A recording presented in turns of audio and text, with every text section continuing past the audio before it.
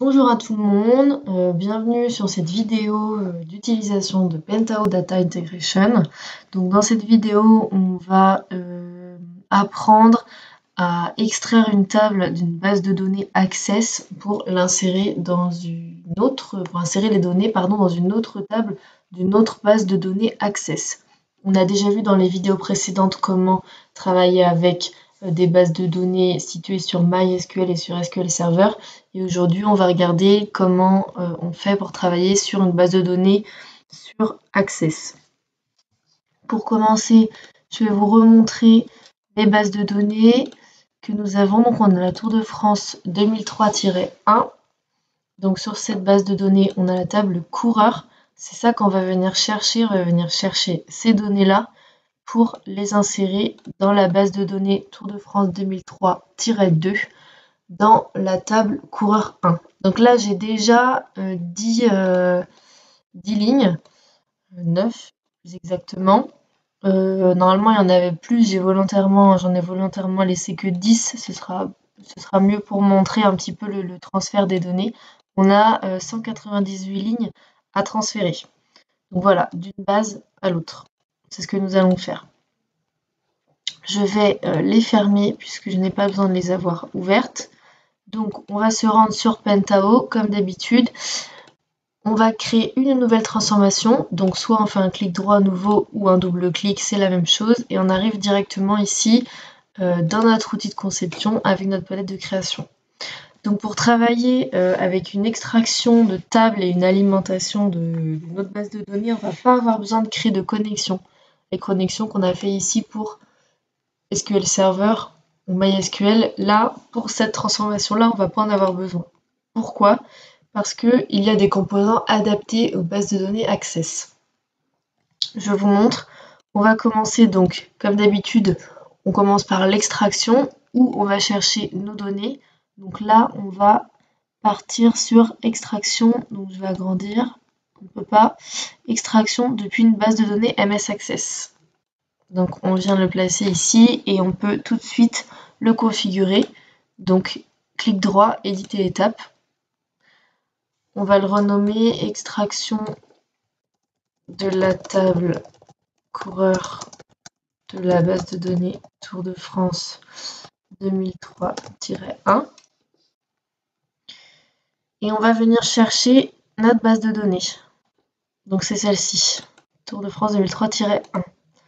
On l'indique ici pour dire que c'est notre fichier. Ensuite, on va pouvoir, dans le contenu, aller chercher notre table.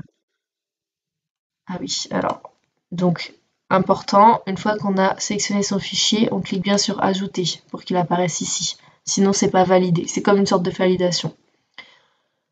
On va donc, c'est bon, dans Contenu, on va choisir notre table. Donc nous, on veut la table coureur.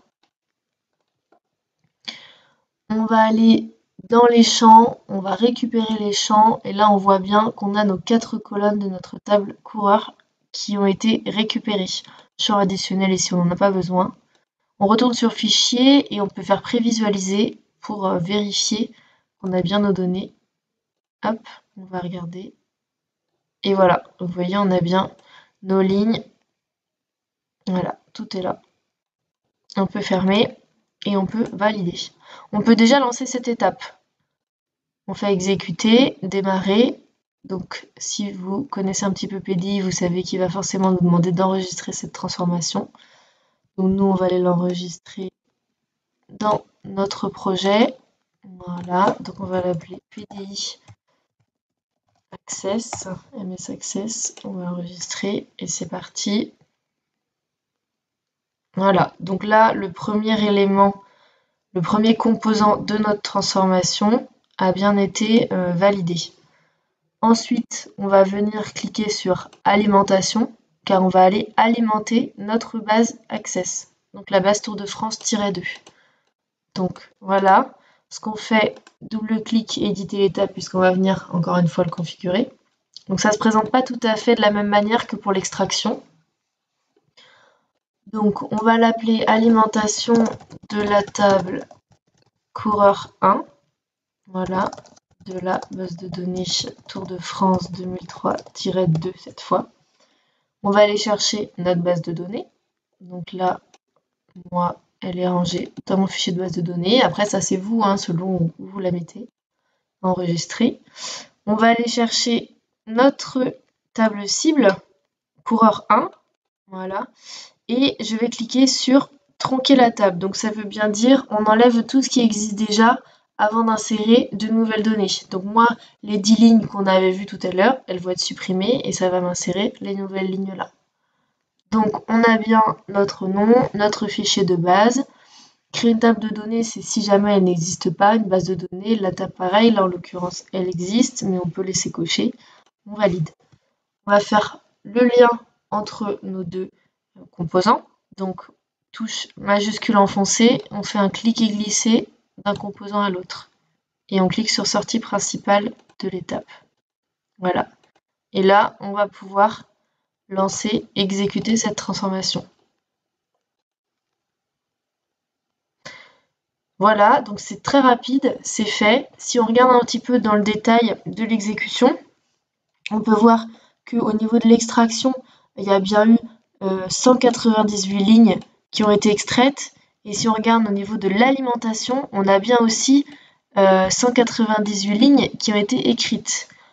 Donc normalement, c'est bon. On va tout de même aller vérifier sur notre base de données. À chaque fois, il faut bien vérifier que ça a bien fonctionné. Donc je rouvre ma base de données, j'ouvre par un double clic ma table coureur 1. Et qu'est-ce que je constate? Que voilà, on a bien toutes nos lignes. On a 198 lignes. Et vous voyez, il n'y a pas de doublon sur les 9 premières lignes que j'avais tout à l'heure. Tout à l'heure, j'avais déjà celle-là, les 9 premières. Elles sont toujours là, mais elles ne sont pas en double. Ça veut dire qu'elles ont bien été supprimées, puis remises. Voilà, donc nous avons terminé pour cette transformation. Donc on pourrait s'arrêter là, c'est une transformation assez simple. Je vais vous montrer qu'on peut aussi, même si on a déjà fait cette transformation, on peut par exemple ajouter un tri. Donc si on va dans transformation, on va sélectionner le composant tri des lignes. Donc ce qu'on va faire, c'est qu'on va se mettre sur le lien et on va le supprimer. Désactiver, supprimer le lien, voilà. On va écarter un petit peu nos tables et c'est parti, on va renseigner le tri.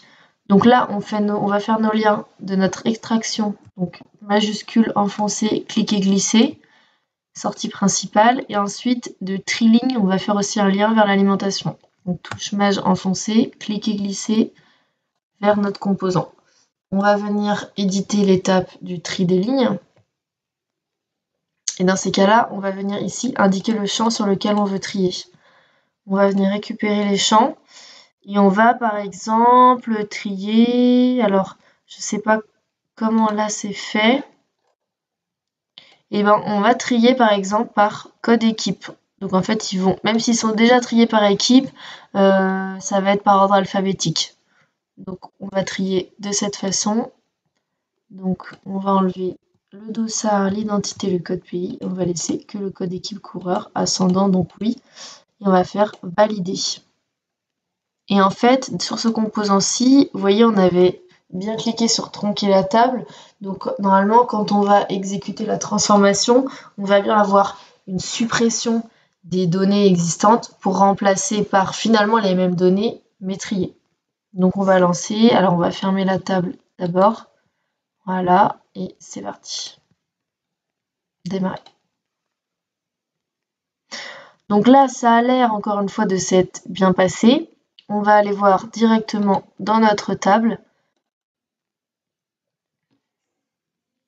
On va ouvrir la table coureur 1. Voilà, et vous voyez, ça a été classé par code équipe. Voilà. Donc en fait, cette manipulation, c'est la même que tout à l'heure, hein, finalement, à quelque chose près. Simplement, je voulais vous montrer que d'une transformation, on peut tout de suite en passer à une autre. Étant donné que sur ce composant, on a décidé de supprimer les données avant d'en remettre, on ne va pas avoir de problème. Donc on peut d'abord, voilà, même pour la conception un petit peu de notre transformation, on peut vérifier que les données aillent bien d'une table à une autre, et ensuite on rajoute nos tris ou d'autres transformations comme on le souhaite. Voilà, donc j'espère que cette vidéo vous a plu et qu'elle vous a été très enrichissante. Je vous souhaite une bonne journée.